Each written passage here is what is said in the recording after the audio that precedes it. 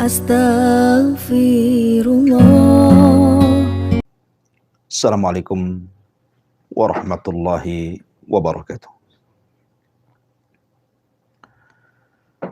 Alhamdulillah wassalatu wassalamu ala Rasulillah wa ala alihi wa sahbihi wa mawalah wa la hawla wa la quwwata illa billahi wa ba'du. Alhamdulillah,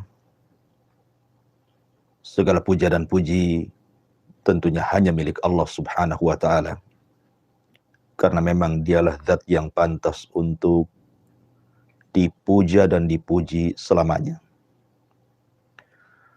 Salawat dan juga iringan salam tetap tercurahkan kepada Rasul kita, qudwah kita, uswah kita, Nabi besar Muhammad sallallahu alaihi wa ala alihi wasallam.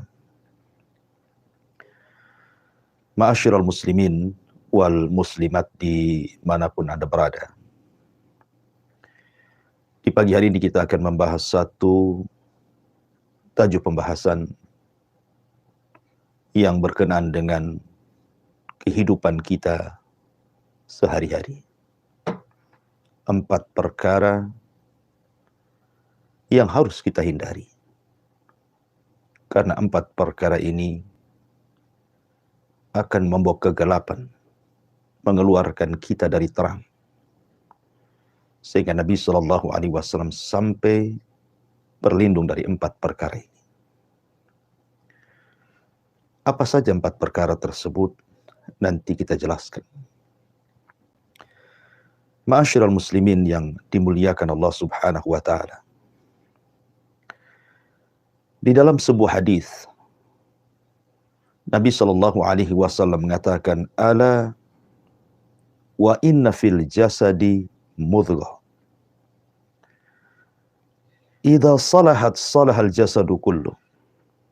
Wa idza fasadat fasadal jasadu kullu ala wa hiyal qalbu. Ingatlah sesungguhnya dalam jasad manusia itu terdapat segumpal daging. Apabila gumpalan tersebut menjadi baik, maka seluruh jasad manusia akan baik. Tapi kalau segumpal itu rusak, maka seluruh jasad manusia pasti rusak semuanya. Itulah yang disebut dengan al-qalbu, hati manusia. Al-Imam Ibnul Qayyim rahimahullahu ta'ala ketika memberikan catatan kepada hadis ini, beliau mengatakan, walamma kana al-qalbu li hadhihi al-a'dha kal malikil mutasarrif fil junudil ladhi tasduru kulluha an amri wa yasta'miluha fi ma syaa fa kulluha tahta ubudiyatihi wa qahrihi wa taqtasibu minhu al-istiqamah wa zayd wa tatba'uhu fi ma ya'qiduhu min al-azmi aw yahullu kama qala an-nabiy sallallahu alaihi wasallam, ala wa inna fil jasadi mudghah idza salahat salahal jasadu kullu wa idza fasadat fasadal jasadu kullu ala wa hiyal qalbu huwa malikuha hiyal munaffidah lima ya'muruha biha al-qabilatu lima ya'tiha min hadiyatihi wa la yastaqimu laha syai'un min a'maliha hatta yasdura an qasdihi wa niyatihi wa huwal mas'ulu anha kulliha. Kata Imam Ibnul Qayyim rahimahullahu ta'ala, tatkala hati ketundukannya bagi badan seperti raja yang berkuasa mengatur pasukannya, semua pergerakannya berasal dari perintahnya dan sang raja menggerakkannya sesuai dengan kehendaknya. Maka semua anggota badan di bawah pengaturannya dan di bawah kekuasaannya. Dari hati inilah dihasilkan kelurusan dan boleh jadi penyimpangan. Karena badan mengikuti tekad kuat hati atau mengikuti sesuatu yang tidak dikehendaki oleh hati. Sehingga Nabi SAW bersabda, ingatlah sesungguhnya dalam jasad terdapat segumpal daging. Apabila segumpal daging itu baik, maka baik semuanya. Apabila rusak, maka rusak semuanya. Perhatikanlah bahwa segumpal daging itu adalah hati. Hati adalah raja dari seluruh anggota badan. Dan badan itu taat terhadap perintah hati. Siap menerima petunjuk hati. Tidaklah lurus sebuah amalan sehingga amalan tersebut berasal dari tujuan dan juga niat hati. Dan hati bertanggung jawab atas seluruh amal badannya. Ucapan yang indah dari Al-Imam Ibnul Qayyim rahimahullahu ta'ala. Bahwa yang menentukan ketenangan badan manusia, bahwa yang tidak menjadikan terombang-ambingnya kehidupan manusia, bahwa kehidupan manusia akan terarah, itu ditentukan dengan hatinya. Apabila hatinya terang, maka perjalanannya pun terarah. Apabila hatinya gelap, maka hidupnya pun terombang-ambing tanpa arah tujuan. Begitulah posisi hati dalam badan, kata Imam Ibnul Qayyim rahimahullahu ta'ala. Ma'asyiral muslimin yang dimuliakan Allah subhanahu wa ta'ala, jangan lagi cerita di dunia orang yang hatinya gelap. Dia tidak bisa berjalan walaupun dunia seterik dengan terangnya matahari. Di akhirat pun sama. Allah subhanahu wa ta'ala sampai mengatakan, yauma la yanfa'u malun wala banun illa man atallaha biqalbin salim. Pada hari di mana seluruh keturunan dan semua harta benda yang pernah dimilikinya tidak ada manfaat, tidak memberikan petunjuk, tidak mengarah kepada jalan Allah subhanahu wa ta'ala, kecuali orang-orang yang membawa hati yang selamat. Ya, karena hati yang selamat adalah hati yang membawa sebuah cahaya yang mampu melangkahkan kaki kita menghadap Allah subhanahu wa ta'ala. Di dalam sebuah ayat dalam surah Al-Baqarah ayat 267, Allah subhanahu wa ta'ala mengatakan, Allahu waliyul ladzina amanu yukhrijuhum minadh dhulumati ilan nur walladzina kafaru awliya'uhumut taghut yukhrijunahum minan nuri iladh dhulumat ulaika ashabun nar hum fiha khalidun.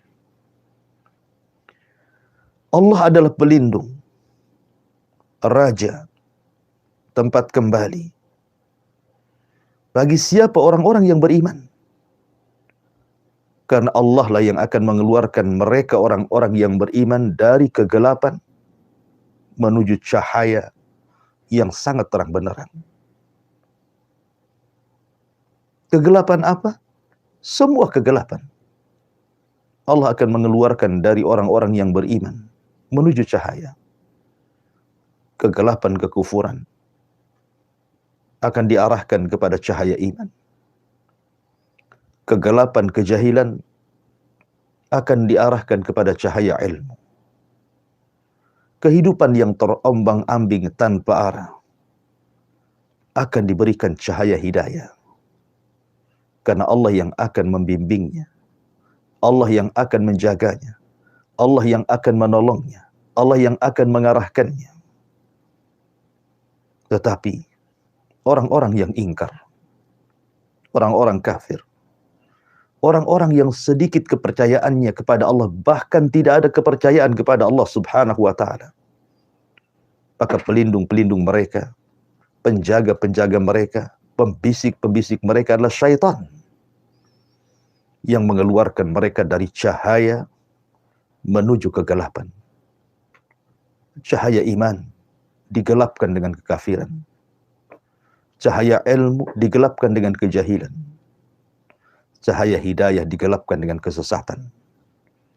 Maka merekalah para penghuni neraka dan merekalah akan dikekalkan di dalamnya.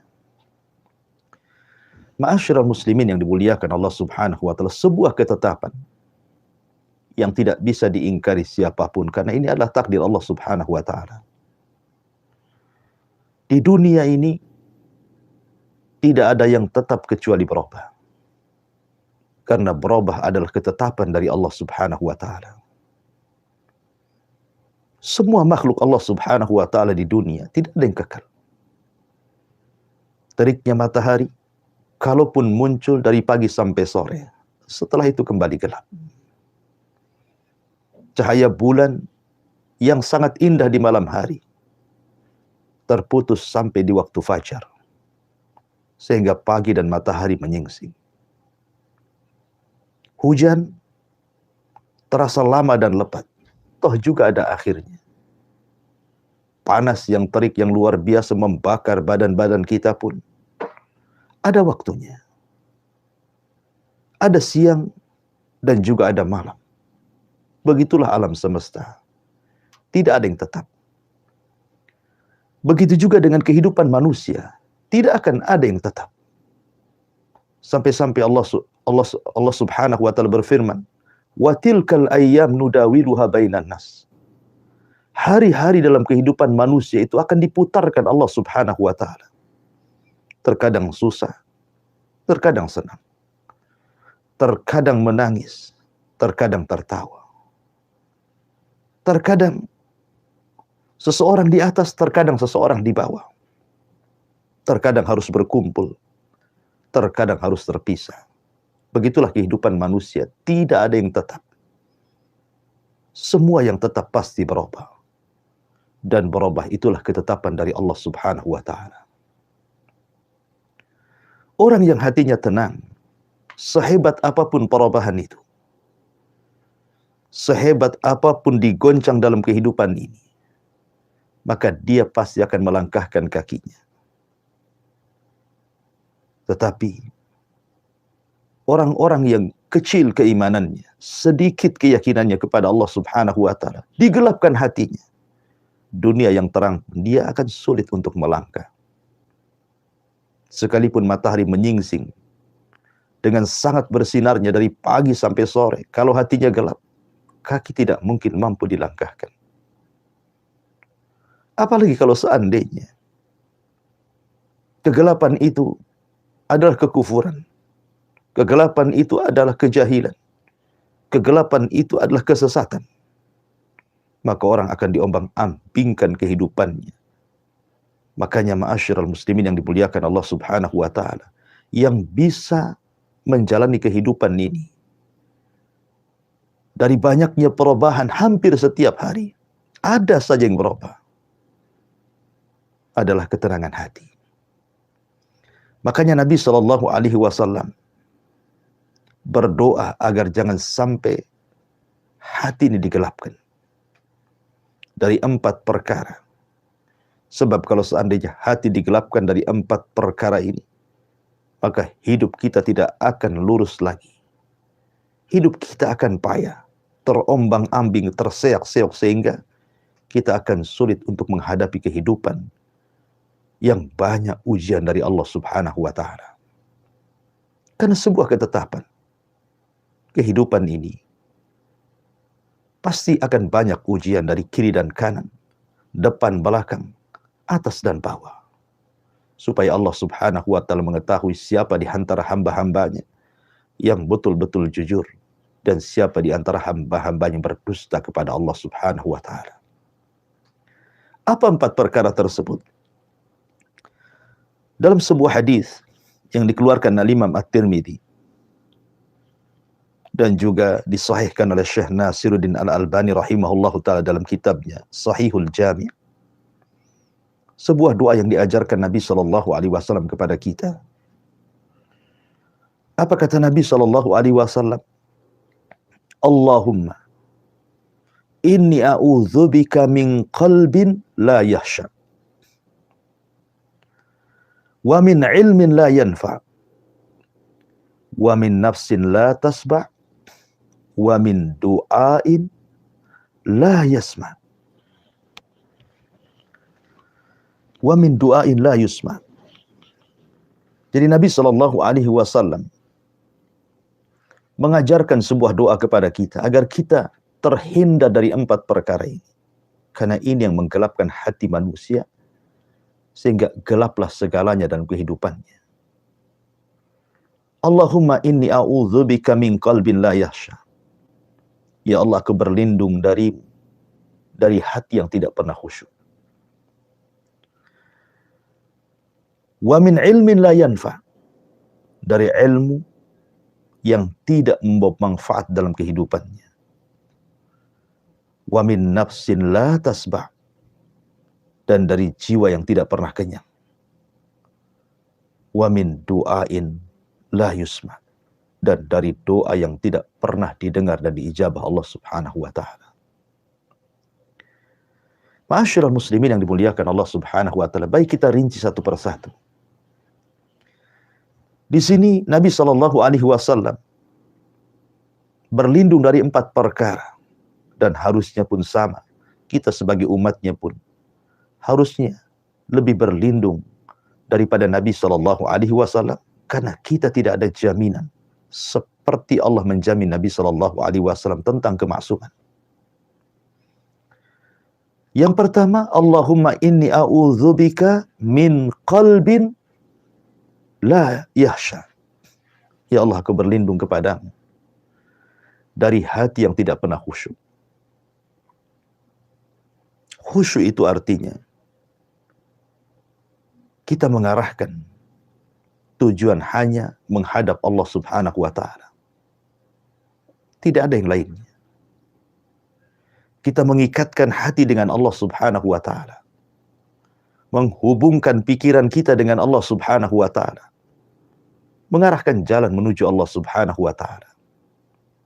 Dan berusaha untuk memalingkan hal-hal yang bisa memalingkan kita dari tujuan menghadap Allah Subhanahu wa ta'ala. Itulah khusyuk. Contoh saja yang biasa kita dengar istilah khusyuk itu biasanya digunakan dalam sholat. Karena sholat itu adalah hubung kait antara seorang hamba dengan Allah Subhanahu wa ta'ala. Makanya orang yang khusyuk dalam sholatnya, hatinya akan terpaut dengan Allah. Pikirannya akan terhubung dengan Allah Subhanahu wa ta'ala. Dunia itu kecil bagi dia, karena hanya Allah yang sangat besar. Dunia itu sempit bagi dia, karena Allah lah yang maha luas segalanya. Ketika orang sholat kemudian dia khusyuk, maka segalanya akan diberikan kepada Allah Subhanahu wa ta'ala. Qul inna salati wa nusuki wa mahyaya wa mamati lillahi rabbil alamin. Katakan, sungguhnya salatku, kurbanku, hidup dan matiku, semua hanya untuk Allah, Rabb semesta alam. Begitulah orang yang khusyuk hanya mengarahkan diri kepada Allah Subhanahu wa ta'ala. Dan apabila seorang yang sedang salat itu khusyuk, betul-betul khusyuk, dia tidak pernah memikirkan yang lainnya. Dia tidak pernah memikirkan hutang yang melilitnya, persoalan luar yang menimpanya, musibah-musibah yang menerpanya. Karena itu makomnya dia harus mengarah kepada Allah Subhanahu wa ta'ala. Maka khusyuk dalam salat ini mampu merubah kehidupannya. Bukan hanya pengaruh kepada salat itu sendiri, tetapi pengaruh khusyuk ini akan sampai kepada kehidupan di luar salat orang yang salat itu sendiri. Ma'asyiral muslimin yang dimuliakan Allah Subhanahu wa ta'ala. Orang yang salatnya baik, artinya hubungan dia dengan Allah Subhanahu wa ta'ala baik.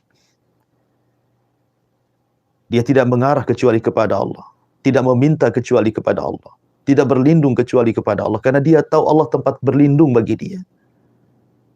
Maka dia akan betul-betul ketika melangkah dalam kehidupan dunia ini, pasti akan diarahkan Allah Subhanahu wa Ta'ala.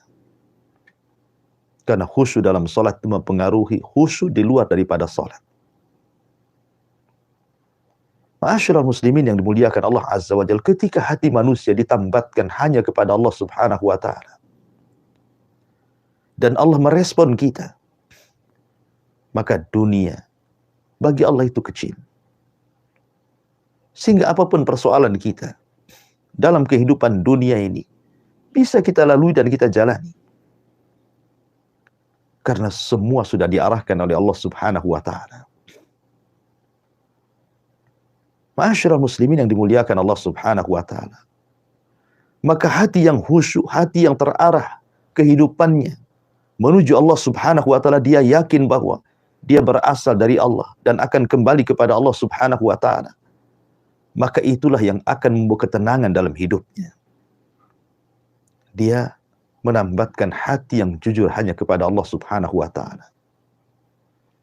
Sehingga ketika umpamanya Allah Subhanahu wa Ta'ala memberikan musibah kepadanya, ataupun memberikan nikmat kepadanya, maka hati yang khusyuk adalah hati yang senantiasa bersyukur dan juga bersabar. Apabila ditimpa musibah, dia bersabar. Apabila diberikan nikmat, dia pun bersyukur. Itulah hati-hati yang khusyuk.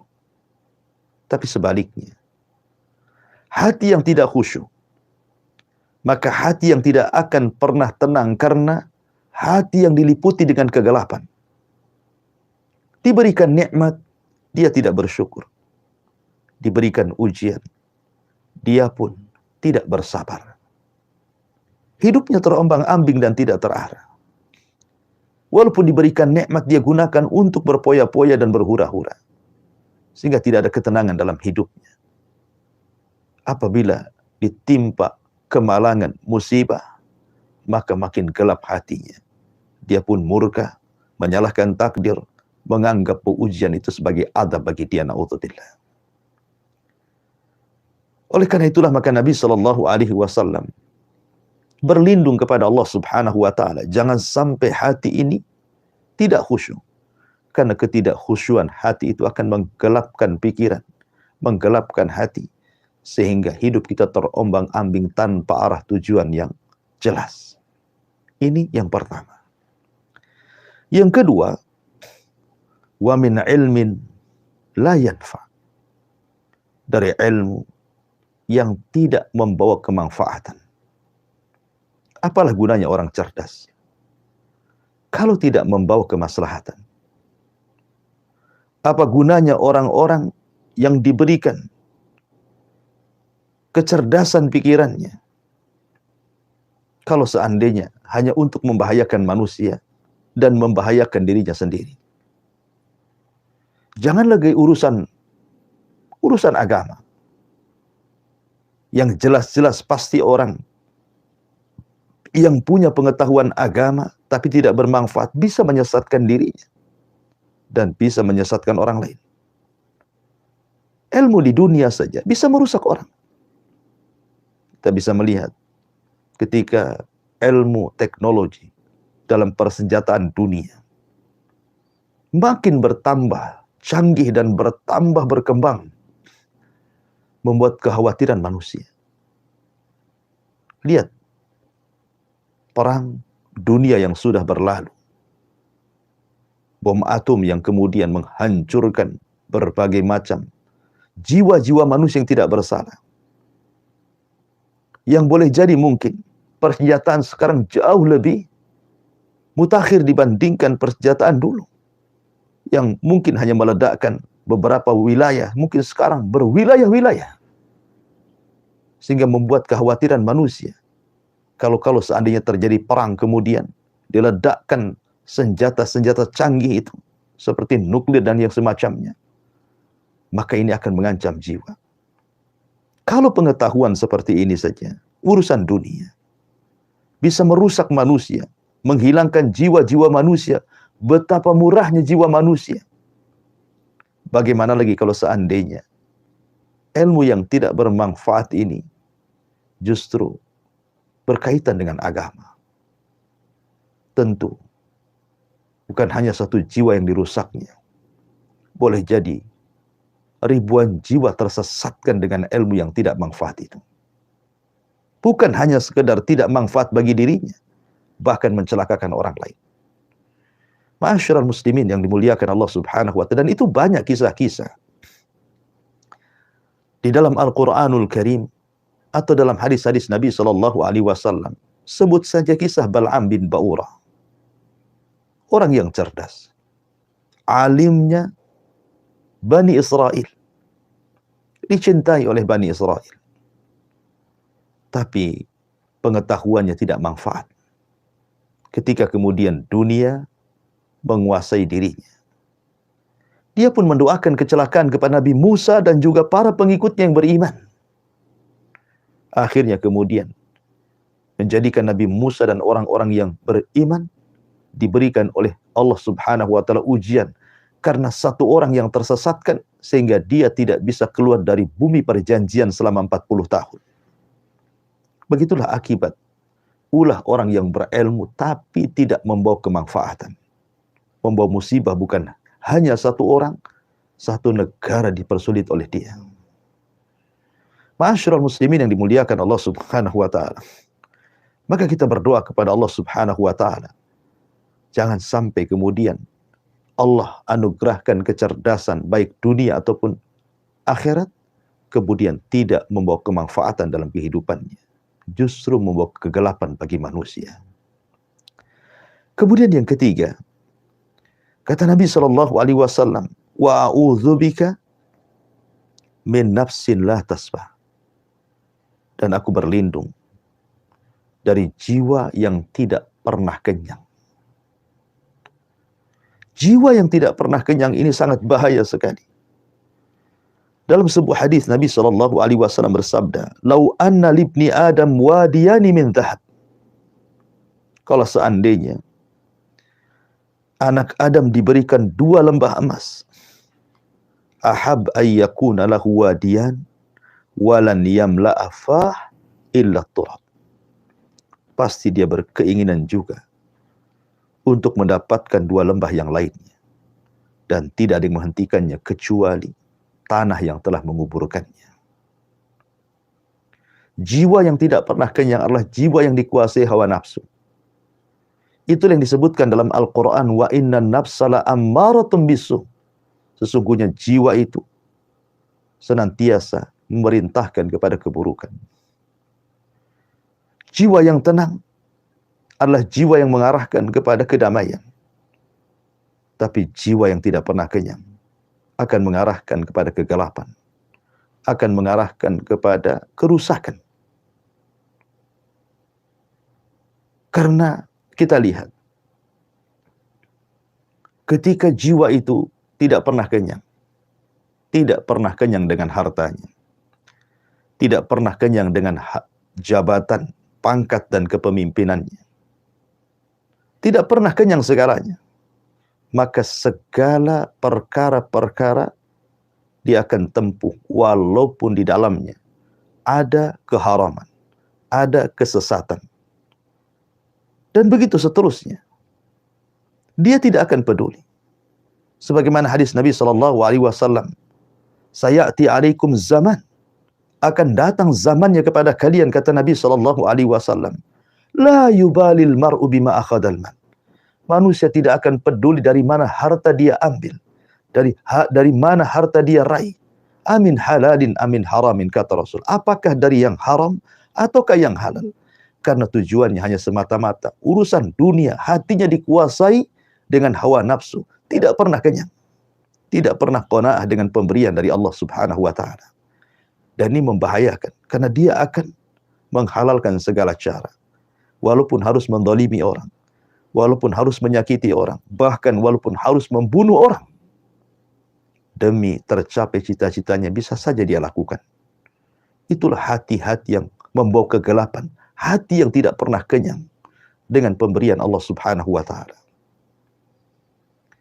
Ma'asyiral muslimin yang dimuliakan Allah Subhanahu wa ta'ala, ketika hati tidak pernah kenyang, maka segalanya halal bagi dia, walaupun itu haram. Dia akan menyikut ke kanan ke kiri. Dia akan melabrak batasan-batasan yang Allah Subhanahu wa taala telah batasi. Padahal Allah Subhanahu wa taala memiliki batasan-batasan, dan batasan-batasan Allah adalah keharaman-keharaman yang tidak boleh dilanggar. Tapi orang-orang yang hatinya tidak pernah kenyang, tidak pernah redha dengan pemberian Allah Subhanahu wa taala, maka hatinya akan gelap. Betapa banyak orang-orang yang kemudian ditimpa musibah dan kemalangan, entah kesehatan, entah kekayaan, entah jabatan. Mungkin dia sakit, mungkin dia gulung tikar, boleh jadi dia dicopot dari jabatannya.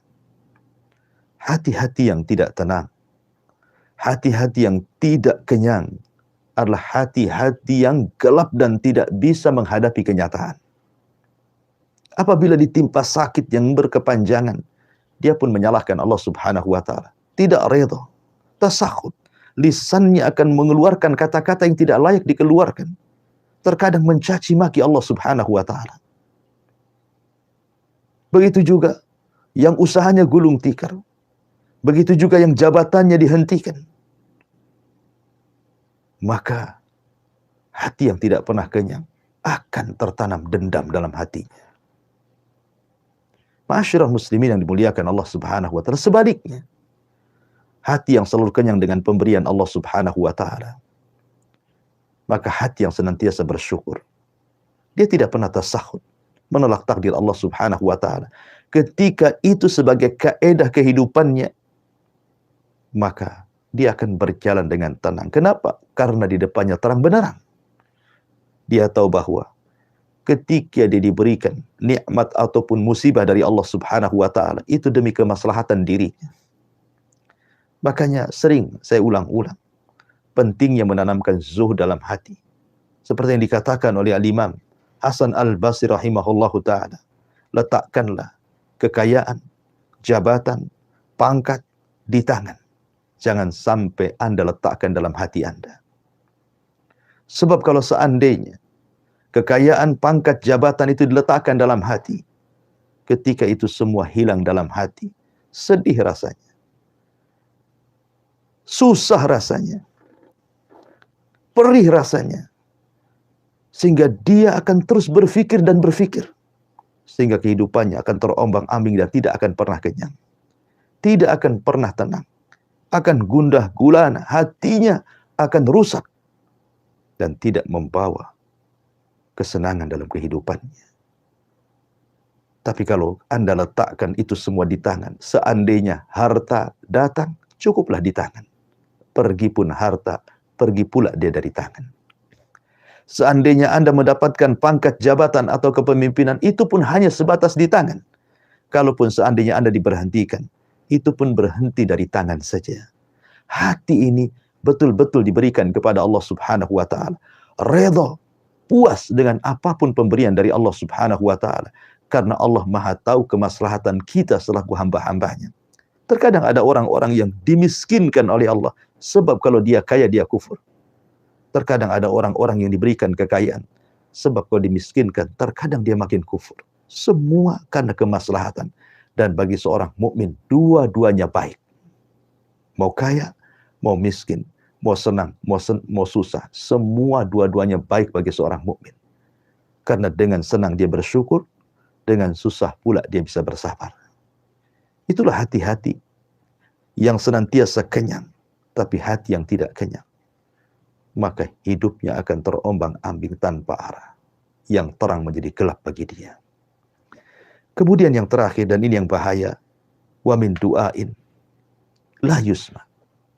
Dan dari doa yang tidak pernah didengar, dikabulkan oleh Allah Azza wa Jalla.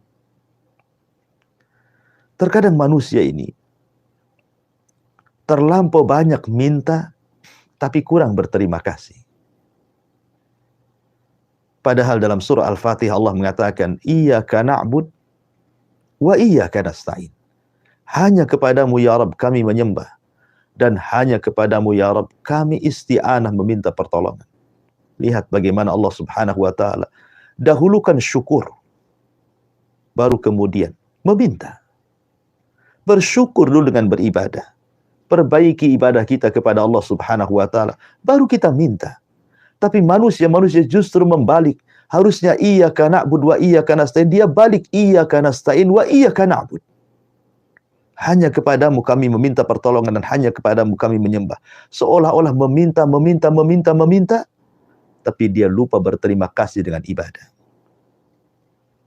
Pada Allah Subhanahu wa taala mengingatkan, "Falyabudu rabb hadzal bait."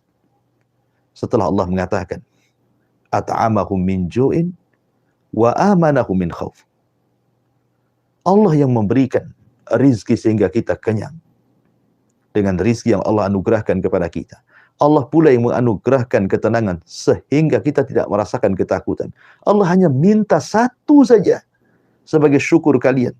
Sembahlah Rabb pemilik bait, maksudnya Ka'bah, Allah Subhanahu wa taala. Maka kalau ingin didengar doanya, maka lakukan seperti arahan Allah Subhanahu wa taala. Bersyukur dulu, baru meminta. Dengan cara apa? Beribadah kepada Allah. Perbaiki salat kita, perbaiki puasa kita, perbaiki ibadah kita. Baru meminta kepada Allah Subhanahu wa taala. Lalu kenapa ada orang-orang yang kemudian ketika berdoa tidak didengar oleh Allah Subhanahu wa taala? Dalam sebuah hadis, Nabi Shallallahu alaihi wasallam pernah menggambarkan seseorang yang mengangkat kedua tangannya ke langit dengan pakaian yang compang-camping, rambut pun tidak terawat, penuh dengan debu. Kemudian dia mengeluh, ya Rab, wahai Tuhan, kabulkan keinginanku, kabulkan keinginanku. Tapi kemudian Nabi SAW mengatakan, mana mungkin orang itu dikabulkan doanya. Sekalipun tangan diangkat tinggi selangit pun, mana mungkin dikabulkan doanya. Kenapa alasannya? Wa mat'amuhu haramun, wa malbasuhu haramun, wa ghudiya bil haram, fa anna yustajabulah. Ketika makanan yang ia makan adalah makanan yang haram, ketika pakaian yang ia pakai beli dari hasil yang haram, bahkan badan dia dari kecil sampai besar dibesarkan dari benda-benda haram, bagaimana akan dikabulkan doanya? Ma'asyiral muslimin yang dimuliakan Allah Azza wa Jalla. Orang yang tidak pernah dikabulkan doanya akan gelap kehidupannya. Karena dia meminta sesuatu tidak pernah diberikan.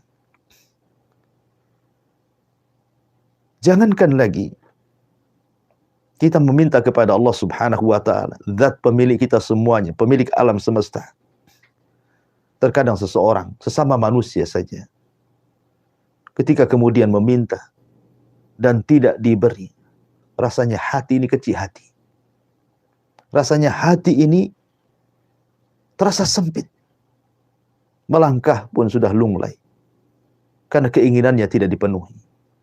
Apalagi Allah Subhanahu wa ta'ala. Bagaimana kalau seandainya Allah tahan rizki kepada kita? Bagaimana kalau Allah Subhanahu wa ta'ala tahan hidayah kepada kita? Tentu kegelapan yang hanya meliputi kehidupan kita.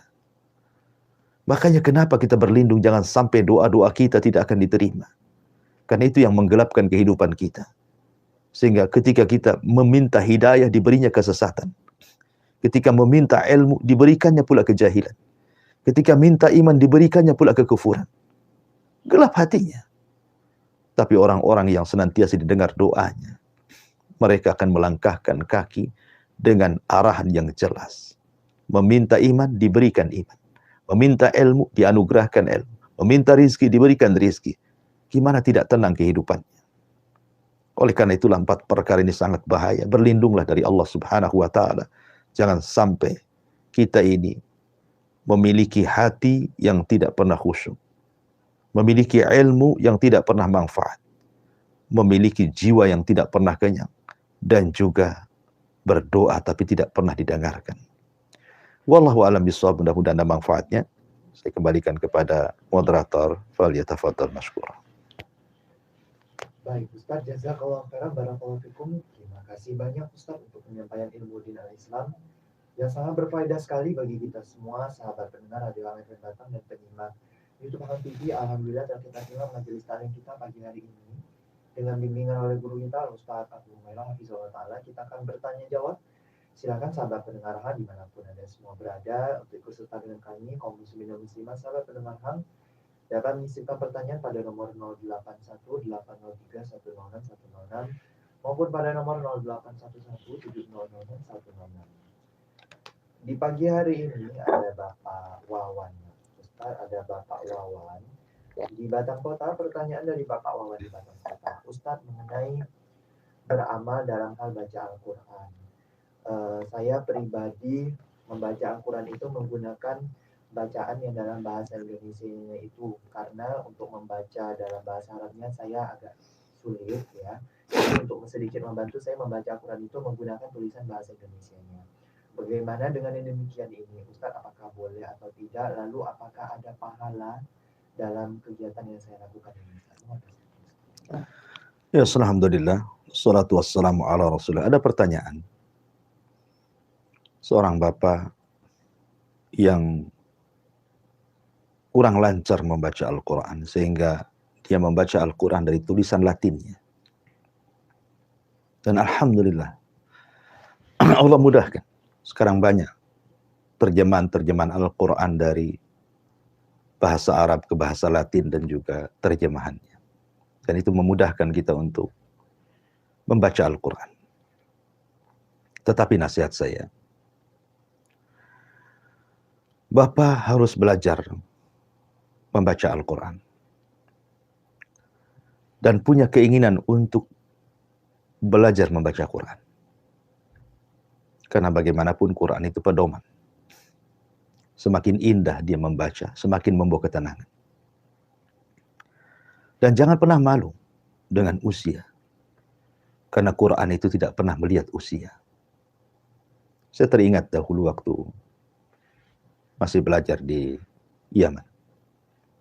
Ada seorang kakek, tidak bisa baca Quran. Tetapi keinginan kuat menghafal Qurannya luar biasa. Akhirnya dia membeli, kalau dulu itu semacam tip kaset, ya, karena belum ada MP3 apalagi, dan yang semacamnya zaman itu kan pakai kaset. Dia beli kaset 30 juz.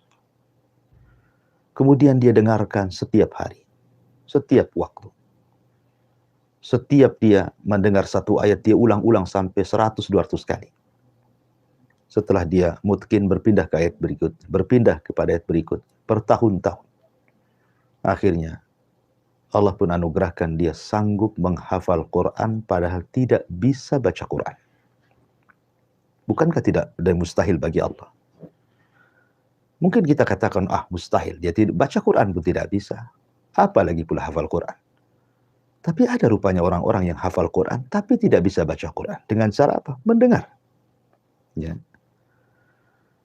Walaupun ada orang-orang seperti ini, tentu tidak banyak. Hanya orang-orang yang Allah anugerahi nikmat saja.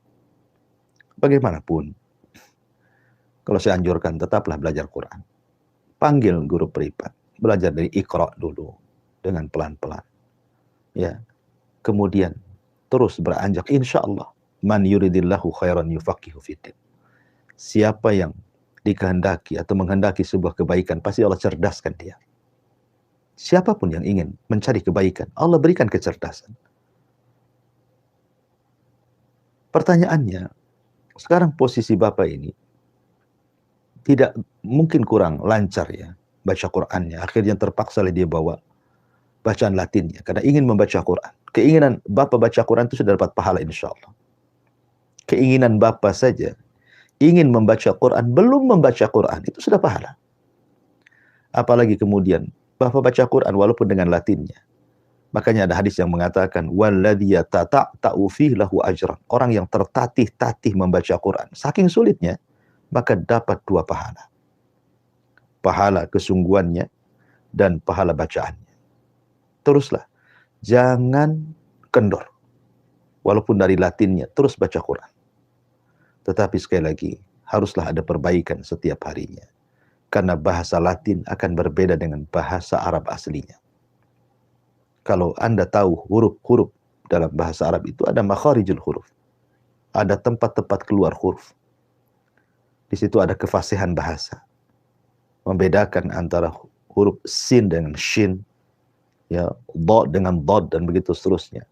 Itu akan sulit kalau kita praktekkan dalam membaca Latinnya. Dan itu akan mudah kalau kita praktekkan membaca bahasa Arabnya. Makanya teruslah, jangan pernah kendor. Walaupun sekarang mungkin masih membaca Quran lewat tulisan Latin, tetapi ada upayalah. Apalagi sekarang medsos juga dipermudah. Ada belajar Quran lewat YouTube dengan sistem mudah. Tinggal klik saja, tiap hari belajar, insya Allah. Sekali lagi Rasul mengatakan, man yuridillahu khairan yufaqihu fiddin. Siapa yang menghendaki kehidupannya baik, pasti Allah cerdaskan dalam agamanya. Wallahu a'lam. Baik, Ustaz. Jazakallahu khairan. Terima kasih Ustaz untuk pencerahannya, untuk menanggapi pertanyaan dari Bapak Wawan di Batam Kota. Insya Allah jadi ilmu yang berfaedah bagi kita semua. Selanjutnya ada pertanyaan dari Bapak Samsuri. Bapak Samsuri masih di Batam Kota juga. Ustaz, pertanyaan dari Bapak Samsuri di Batam Kota. Ustaz, maaf ingin bertanya, apakah dalam sholat itu baik sholatnya sendiri ataupun sholatnya berjamaah, apakah itu akan memberikan ketenangan hati, Ustaz?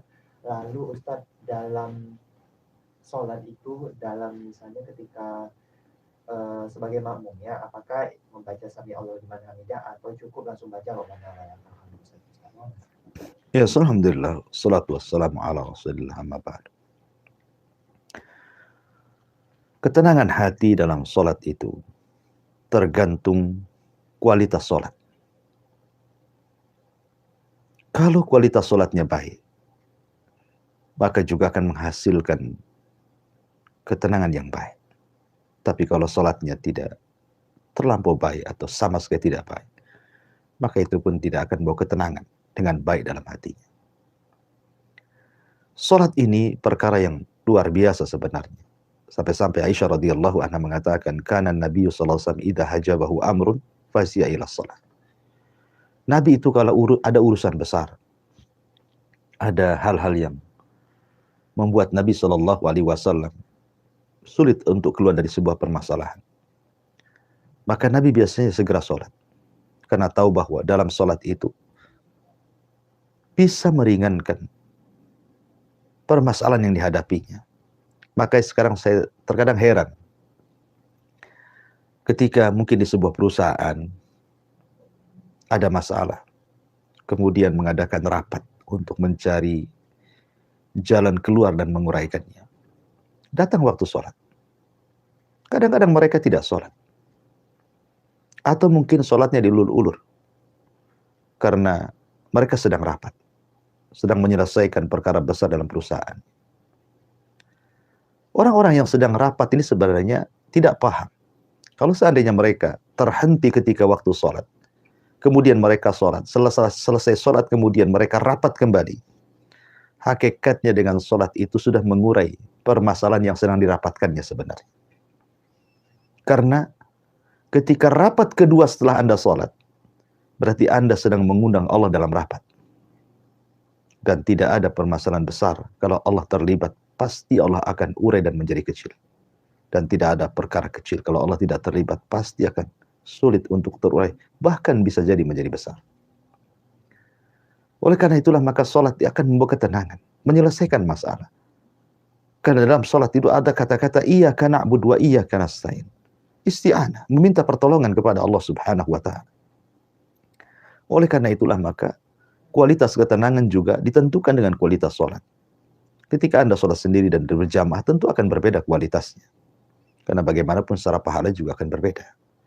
Dan secara hasil pun akan berbeda. Karena manfaatnya juga akan lebih banyak yang berjamaah dibandingkan yang sholat sendiri. Bukan berarti kemudian sholat sendiri tidak sah, tidak. Akan tetapi kalau bicara tentang kualitas ketenangan hati, ya tentu semakin berkualitas sholatnya, semakin tenanglah hatinya. Semakin baik sholatnya, maka semakin baik di luar sholatnya. Karena sholat sendiri adalah innas sholata tanha 'anil fahsya'i wal munkar. Sholat itu mencegah dari perbuatan keji dan kemungkaran.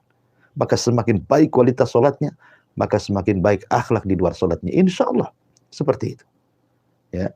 Jadi intinya bahwa perbaiki kualitas sholat dari mulai rukun-rukunnya, syarat-syaratnya, sunnah-sunnahnya, wajib-wajibnya. Insya Allah akan lebih banyak lagi mendatangkan ketenangan bagi kita Ala, kata Allah Subhanahu wa taala mengatakan, ala bi dzikrillahi tatmainnul qulub. Ingatlah dengan berzikir mengingat Allah, apalagi dalam salat, itu akan lebih memberikan ketenangan dalam jiwa. Adapun tentang pertanyaan yang kedua, ketika Anda posisinya menjadi makmum, bukan menjadi imam, ketika imam membaca Sami Allahu liman hamidah, apakah Anda juga membaca Sami Allahu liman hamidah ataukah cukup membaca Rabbana walakal hamd? Ini masalah khilafiyah para ulama. Masalah khilaf para ulama. Ada yang membolehkan dua-duanya dibaca. Ada yang cukup membaca Rabbana walakal hamd. Terserah Anda mau memilih pendapat yang mana yang sesuai dengan keterangan hati Anda, mana yang lebih kuat daripada dalil, maka ambillah pendapat itu. Karena bagaimanapun beribadah itu harus dengan keyakinan. Karena Allah itu kita sembah. Keberadaan Allah itu yakin dan kita sembah dengan keyakinan. Dan itu hanya bisa didatangkan dengan ilmu. Wallahu a'lam. Baik Ustaz, jazakallah khairan Ustaz untuk nasihatnya, untuk menjawab pertanyaan Bapak Samsuri di Batam Kota tadi. Insya Allah jadi ilmu yang berfaedah bagi kita semua. Ada pertanyaan hadir lagi Ustaz dari Bapak Ibu hamba Allah masih di Batam Kota juga. Pertanyaan dari beliau ini, Ustaz, andai kan kita mendapat nikmat dari Allah di setiap waktunya, apakah di setiap mendapat nikmat dari Allah itu boleh kita melakukan sujud syukur Ustaz? Lalu andaikan boleh, apakah harus menghadap kiblat, suci, dan ada syarat-syarat atau bacaan khususnya Ustaz? Bagaimana dengan demikian ini Ustaz? Ya, alhamdulillah. Salatu wassalamu ala rasulillah ma'ba'd. Sujud itu ada beberapa sujud yang dianjurkan dalam Islam. Ada namanya sujud dalam sholat. Sujud dalam sholat juga namanya sujud sahwi. Ada sujud tilawah. Dan juga ada sujud syukur. Tentu akan berbeda. Sujud tilawah disebabkan karena dia membaca atau mendengar ayat sajidah dibacakan. Ada sekitar 14 atau 15 ayat dalam Al-Quran tentang sujud tilawah. Sujud sahwi ya, apabila Anda lupa. Maka dalam sholat, baik sholat wajib atau sunnah, maka disyariatkan sujud sahwi. Dan ada sujud yang ma'ruf dalam sholat.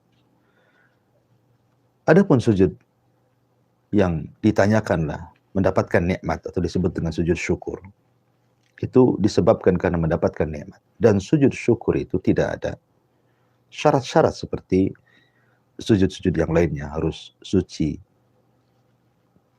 kemudian harus tertutup auratnya. Seandainya Anda sendirian di rumah seorang wanita, Anda sedang pakai pakaian yang biasa saja, tidak anggaplah membuka aurat, tapi kan tidak ada yang melihat kecuali di rumah.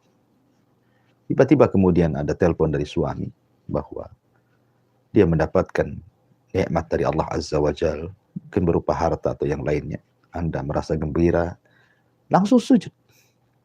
Ya, langsung sujud. Maka tidak ada masalah. Jadi memang aturan sujud syukur itu tidak sebagaimana sujud yang lainnya. Ya, dan sujud saja. Apakah ada bacaan yang mungkin kembali kepada dalil umum tentang bacaan sujud subhana rabbiyal a'la. Ya, itu dalil umum tentang bacaan sujud ya. Jadi dan yang penting adalah niatnya, bahwa niat Anda sujud itu karena bersyukur kepada Allah Subhanahu wa taala. Ya sebaiknya Anda menghadap kiblat ya kan. Karena sujud adalah diberikan kepada Allah. Ya menghadap kiblat. Tapi terkadang saking bahagianya seseorang kadang-kadang lupa arah, langsung sujud. Tidak masalah. Ainama tuwallu fathamma wajhullah. Kemanapun kau arahkan, disitulah ada wajah Allah Subhanahu wa taala. Wallahu a'lam. Jazakallah khairan Ustaz untuk jawabannya untuk pertanyaan dari hamba Allah tadi. Satu pertanyaan terakhir Ustaz yang hadir di pagi hari ini dari Ibu Umi Abdillah di Batam Kota lagi. Ustaz mohon nasihatnya untuk istri yang memiliki suami yang kalau sedang di rumah atau lagi nggak kerja, kerjaannya itu hanya main HP dan tidur. Istri pun jadi jenuh dengan keadaan itu. Kalau dinasehatin, suami malah marah dan ujung-ujungnya malah selisih paham atau bertengkar. Mohon nasihat. Ya, alhamdulillah. Salatu wassalamu ala rasulillah amma ba'du. Pertama berdoa kepada Allah Subhanahu wa taala yang memegang hati suami Anda ini, bukan Anda. Anda mau marah-marah, mau berteriak, putus urat leher pun gak akan bisa menyadarkan suami, karena yang memegang hati suami Anda hanyalah Allah Subhanahu wa Ta'ala. Minta kepada Allah agar hati suami Anda diberikan hidayah untuk berubah. Yang kedua, cobalah Anda selama suami, mungkin perkara-perkara yang dilakukan suami itu tidak menjurus kepada hal-hal yang diharamkan. Ya, suami lagi main HP, ambil HP juga. Duduk depan suami. Sama-sama main HP dengan suami di situ. Suami tidur, Anda tidur juga di samping suami. Buat apa yang dilakukan suami kalau itu yang membuat dia suka. Ya. Jangan terlalu dipikirkan kalau itu tidak memadaratkan keluarga, dan itu bukan perkara haram. Ya, suami lagi main handphone, entah nengok kajian-kajian di YouTube atau apa gitu kan.